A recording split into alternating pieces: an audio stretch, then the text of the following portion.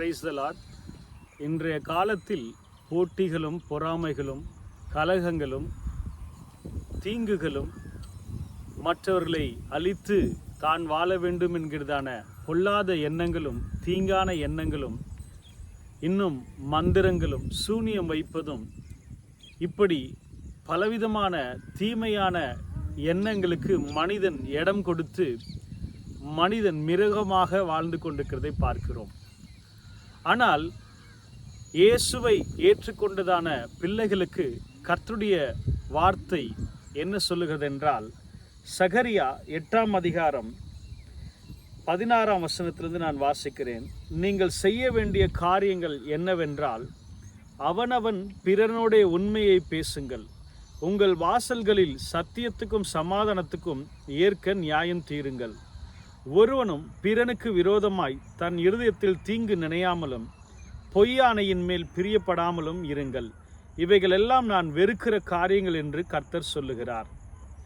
அருமையான தேவனுடைய பிள்ளைகளே, இன்றைக்கு இப்படிப்பட்ட தற்பெருமைகளும் சுயநலவாதிகளும் பாவங்களை துணிகரமாய் செய்கிறவர்களும் இப்படிப்பட்ட காரியங்களை கர்த்தர் வெறுக்கிறார் என்று வேதம் சொல்லுகிறது.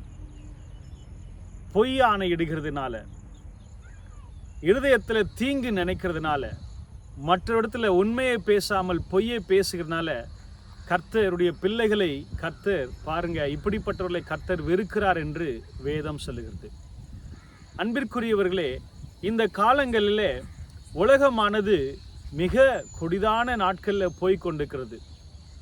இன்றைக்கு பிறனை அழித்து தான் வாழ வேண்டும் என்கிறதான எண்ணம் தேவனுடைய பிள்ளைகளுக்கு ஆண்டவர் கொடுக்கிற ஒரு எண்ணமாக கண்டிப்பாக இருக்காது.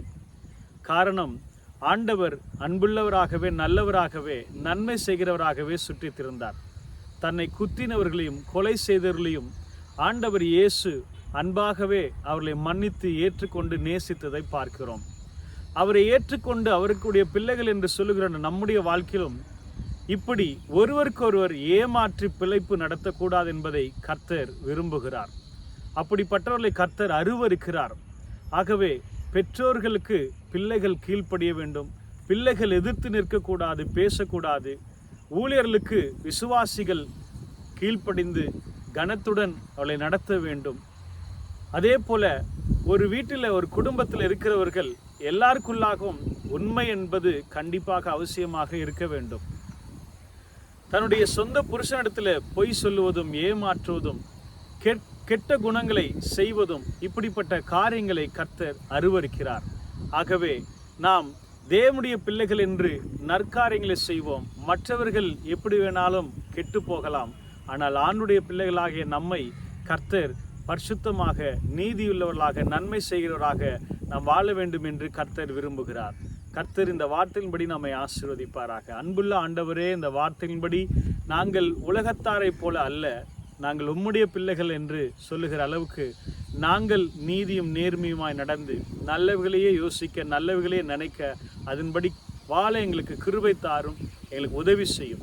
உம்முடைய ராஜ்யத்துக்கு எங்களை தகுதிப்படுத்தும், ஆயத்தப்படுத்தும். ஆசீர்வதி. இயேசுவின் நாமத்தில் பிதாவே, ஆமென்.